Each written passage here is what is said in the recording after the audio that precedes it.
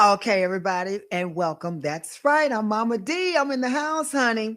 Okay, so listen, I have someone very, very, very wonderful. Her name is Naja, and Naja is she's pretty much like my personal assistant, and then I have Tracy Chambers, who's also my personal assistant through Facebook.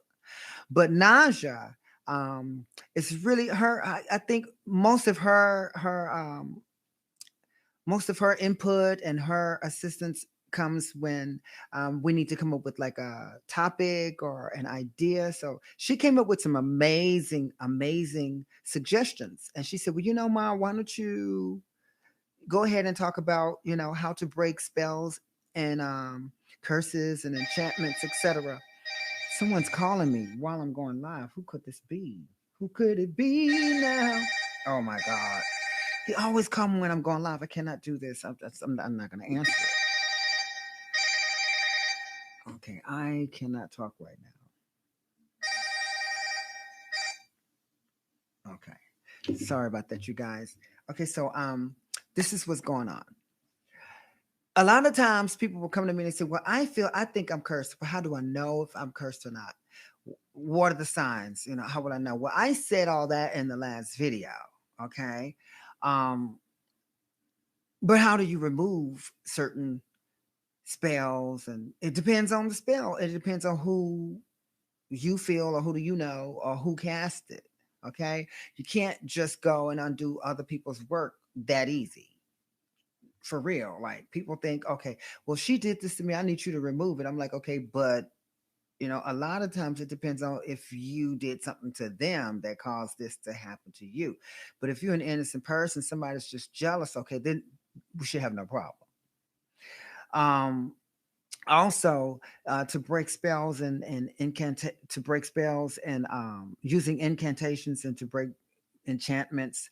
um there are so many things and ways and options that can be used. So it depends on exactly what it is that's been done to you. Has anybody told you they did something to you? Are you suspecting something's happened to you? Do you believe this because you've seen some things happen? So what are the signs? Okay. What's an enchantment? Um, like, oh, somebody put an enchantment on me. A lot of times people come to me and say, well, I feel enchanted. I feel like somebody did something, put an enchantment on me. And I feel like it's just, I feel spacey or I feel weird or things just keep happening, little glitches and so forth and etc. Well, one thing for sure, if you automatically already know that you are by nature a jovial, happy, free spirited person, but you ticked someone off or you angered someone or someone got mad at you and then they decided they wanted to like throw something your way. Number one, if they know you believe it works, then done. But if you say to yourself and you speak to what you believe is an enchantment or a curse, okay, I recall all power and all negative intention from you, and I transform it into positive, productive energy. That's one way to begin the process of reversing it and to transmute it into positive energy. Pay attention to your dreams, pay attention to your daily walk. Okay, because you know what? A lot of times we get positive signs and positive messages and negative signs and negative messages. Okay, there's certain roots and certain herbs and certain, um, medicinal, um, you know, I would say options that you can go with. There's spell books and there's a wealth of information as to how you are able to discern if indeed you have been enchanted or you have been cursed. If someone has a spell on you, light a white candle. If it turns dark, there's some negative energy coming your direction. That's one way to be able to tell. Another way to be able to tell is you just can't rest. You can't get comfortable. You have racy thoughts. You can't focus. You can't concentrate. That's another way to tell. Um, Give yourself a spiritual bath. How long has it been since you've given yourself a spiritual bath? There's so many rituals and regimens that you can practice, such as even a simple act of taking an egg, take a raw egg, don't crack it. You start from the crown of your head all the way around, cleansing your aura, your chakras, under your feet. Rub that egg everywhere, and then take that egg and throw it in the toilet and flush it. Make sure it cracks though. It's got to crack. And you want to crack that egg in the toilet, and you want to flush all that negative energy out. Okay. Another thing. Okay. Spiritual bath. One of my most powerful spiritual baths include the following. You might want to write it down. Okay. A half a cup of rice, uncooked rice. A half a cup of coffee grounds, any kind of coffee. 3 tablespoons or 2 tablespoons, it's up to you, of honey, any kind of honey, as long as it's real honey. Can't be honey blend, it has to be honey.